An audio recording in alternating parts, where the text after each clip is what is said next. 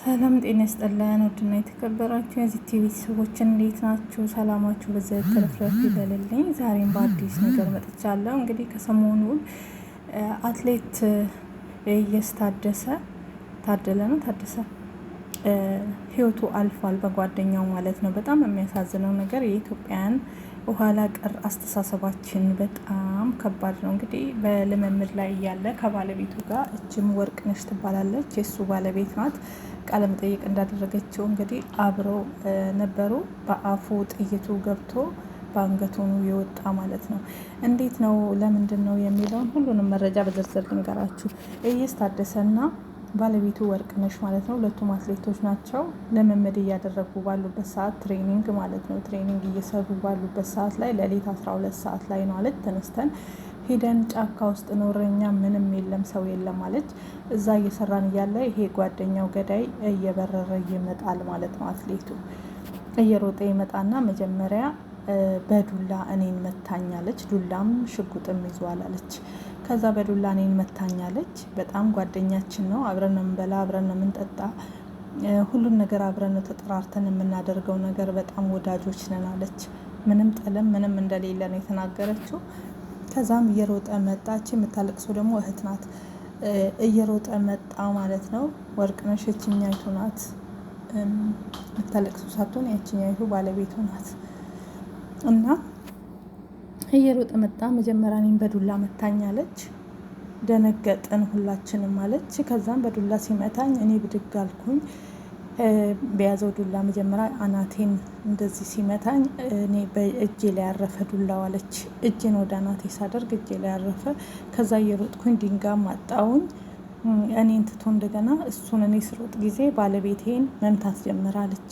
ከዛ እየታገለው ነበር አለች። የይስ ማለት ነው ባሏ ሟች እየታገለው ነበር አለች። እየታገለው እያለ ከዛ ጣለው አለች። በድንገት ስለሆነ ሳናስብ ስለሆነ እኛ ግራ ተጋባን አለች። እንግዲህ ስራ ላይ እያለን ጥል የለንም፣ ኩርፊያ የለንም፣ ምን የለንም አለች። ድንገተኛ ነው። ከዛ ጣለው፣ ወደቀ። ከወደቀ በኋላ የሽጉጡን አነሳና ወድቆ ባለበት ሰዓት ማለት ነው ሟች ሽጉጡን አንስቶ በአፉ ተኮሰ አለች። በአፉ ሲተኩስ በአንገቱ ወጣ።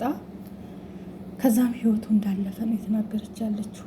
ምንድን ነው መንስኤው ሲባል እንግዲህ ጠንቋይ ቤት ሄዶ መተት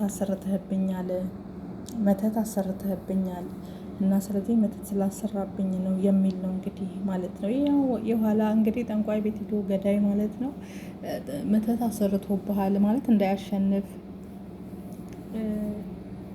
እንዳይሰራ ማለት ነው። ያው እንግዲህ ሁለቱም አትሌቶች ናቸውና መተት አሰርተህብኛል በማለት ነው እንግዲህ ይሄ መንስኤው ማለት ነው። ካለ ጥል ካለምን እንግዲህ አንዳንዴ ጠንቋይ ቤት የሚሄዱ የሚያዘወትሩ ሰዎች አይደለም ጓደኛቸውን ወንድማቸው ሊሆን ቤተሰብ ሊሆን ይችላል ህይወት ይነጥቃሉ። ለምን ጠንቋይ የማይለው ነገር የለም። እናት አሰራች፣ እህት አሰራች፣ ወንድም አሰራች ይላል አይደለም ጓደኛን ማለት ነው።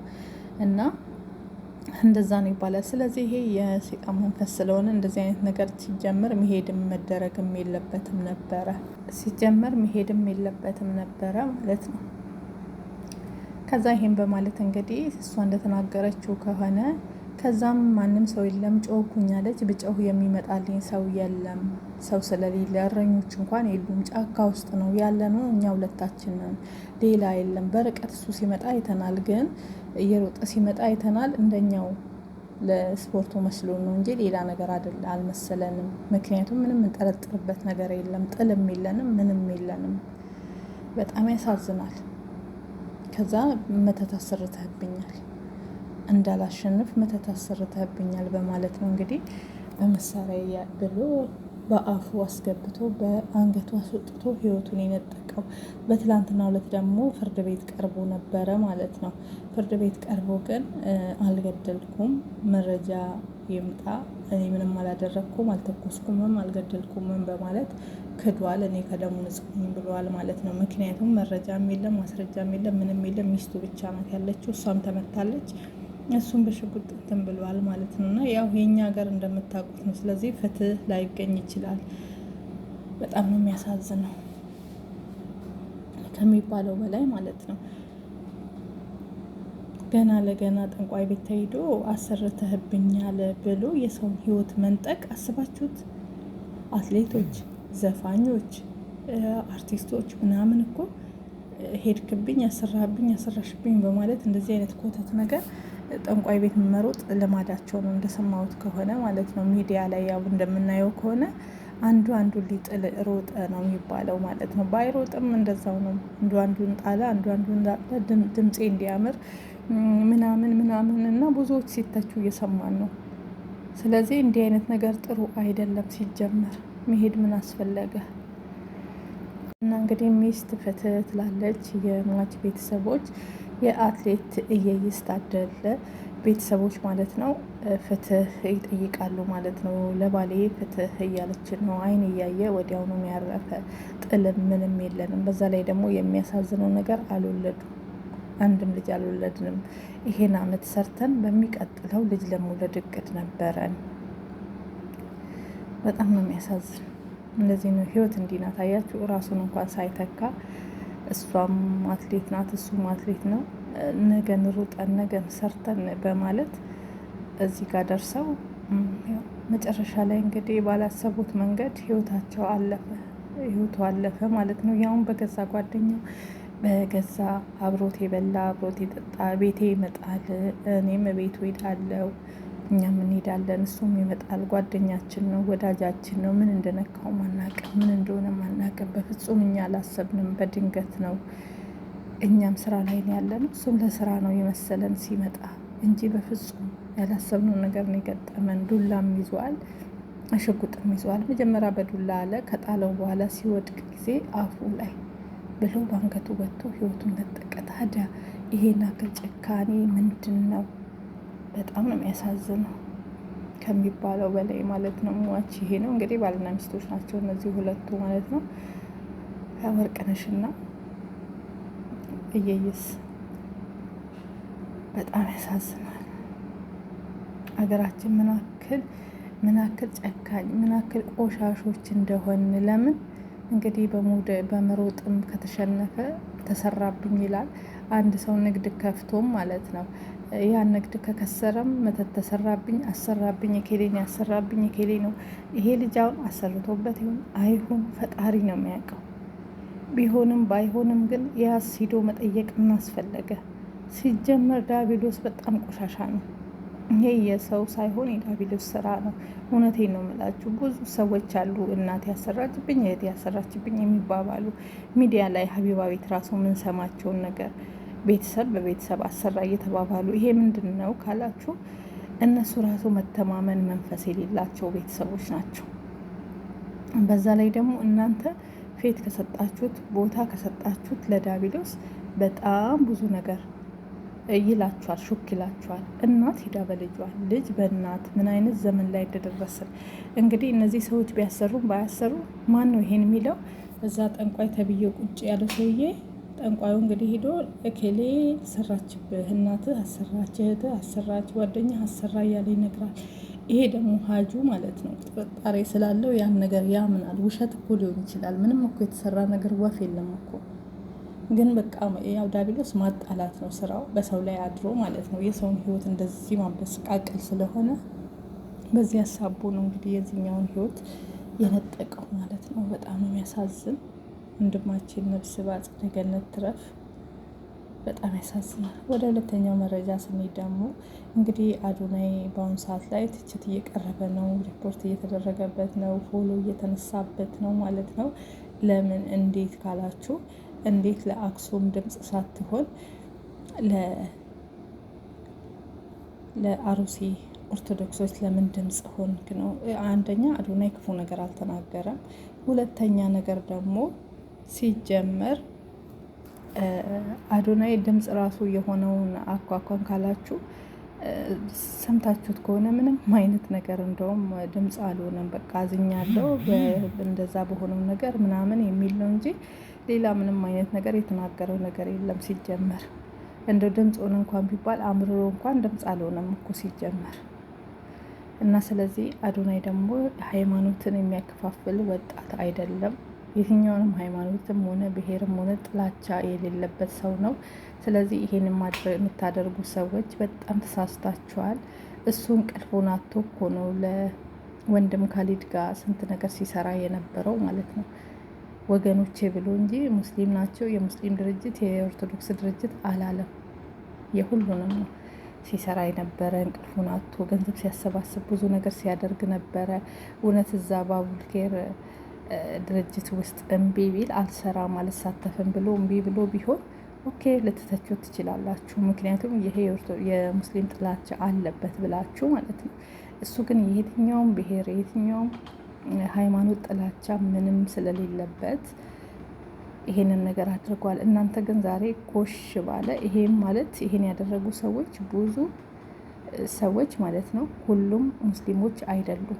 ለምን ብዙ ሙስሊሞች እንዴት የአዶናይን ፎሎ ታነሳላችሁ ብለው በጣም እየተቃወሙና ሙስሊምን አትወክሉም እያሉ ናቸው። አዶናይ ምንም አላጠፋም፣ ሙስሊምን አትወክሉም እያሉ ይገኛሉ ማለት ነው። እንግዲህ በሁለት የተካፈሉ ናቸው እንጂ ትክክለኛ ንጹህ ሙስሊሞቹ ምንም አይነት አልተቃወሙም።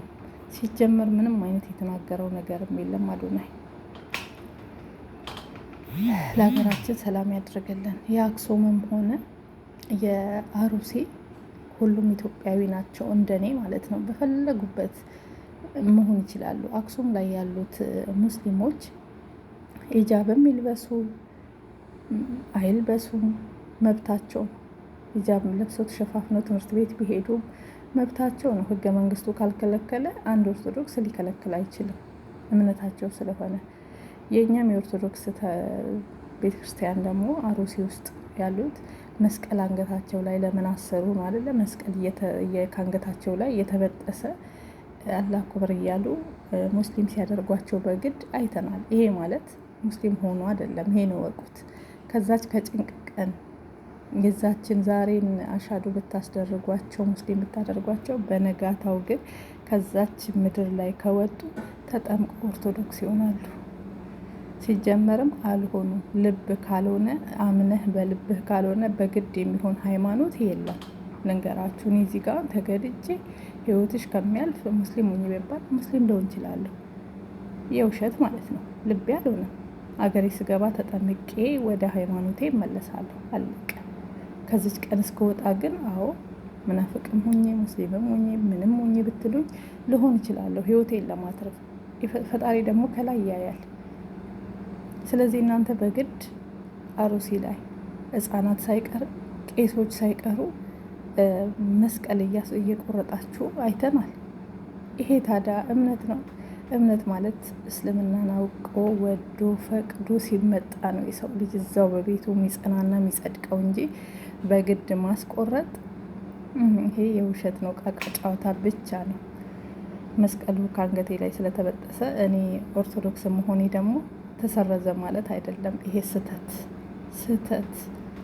ስለዚህ ከአዶናይ ላይ ወረድ በሉ ማለት ነው። እምነት በግድ አይደለም፣ በውድ በፍቃድ እስልምናን ወድጀው ቁርአንን ሰምቼ አጥንቼ ፈልጌ ስመጣ ነው በቤቱ የምጸድቀው ሌሎችንም የምስበው እንጂ እናንተ ቦትታችሁ በግድ ስላስገባችሁኝ እንኳን ሌላ ሰው ልስብ ቀርቶ እኔም አልቀበለው።